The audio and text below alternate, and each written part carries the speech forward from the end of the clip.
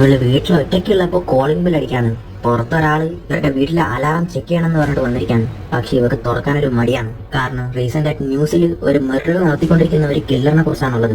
അത് ഒറ്റയ്ക്കുള്ള സ്ത്രീകളെ ടാർഗറ്റ് ചെയ്യുന്നവരെ. അങ്ങനെ ഇയാൾ നിങ്ങൾ ലേറ്റ് ആക്കാതെ തുറക്കി, എനിക്കും ഇത് കഴിഞ്ഞിട്ട് വേറെ പണിയുണ്ടെന്നൊക്കെ പറഞ്ഞത് ഇവിടെ വേറെ നിവർത്തിയില്ലാതെ ഡോർ ഓപ്പൺ ചെയ്യാണ്. അങ്ങനെ ഇവനകത്ത് കയറി ഈ പെണ്ണിനെ കണ്ടതും വൾഗർലി സംസാരിക്കാൻ തുടങ്ങാണ്. അവരുടെ പാൻറ് ജിബ് പോലും ഓപ്പൺ ആയിരുന്നു.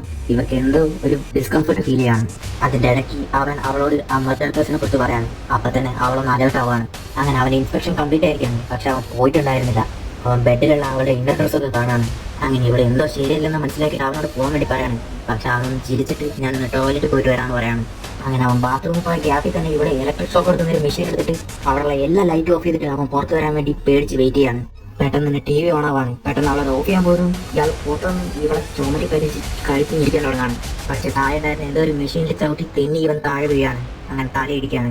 അങ്ങനെ അവള് ജസ്റ്റ് മിസ്സിന് രക്ഷപ്പെടുകയാണ്. അപ്പോഴാണ് ഒരു കാറിന്റെ ഡാഷ് ക്യാമിന് ആ കില്ലറിന്റെ ഒരു വീഡിയോ പുറത്താണ് ടി വി കാണിക്കുന്നത്. അത് ഒരു പെണ്ണിന്റെ ആയിരുന്നു. അപ്പൊ തന്നെ വീണെടുക്കുന്ന ഇവിടെ ചൂളടിക്കാൻ തുടങ്ങാണ്. അങ്ങനെ ഇവളെ എഴുന്നേറ്റ് ഒരു കത്തി എടുത്ത് ഇവരുടെ നേർക്ക് വരികയാണ്. അങ്ങനെ ഇവനെ കുത്തി കൊല്ലാണ്. അപ്പോഴാണ് മനസ്സിലാവുന്നത് ഇവൻ ബാത്റൂമിൽ പോയപ്പോൾ ഡ്രസ്സ് കണ്ടിട്ടുണ്ടായിരുന്നു, ബ്ലഡിൽ കുളിച്ചിട്ടുള്ള. അത് ഇപ്പൊ ടി വി കണ്ടിട്ടുള്ള സെയിം ഡ്രസ്സായിരുന്നു. അങ്ങനെ ഇവളാണ് കില്ലറെന്ന് മനസ്സിലാക്കിയിട്ടാണ് അവൻ ഇവളെ കൊല്ലാൻ പോയത്.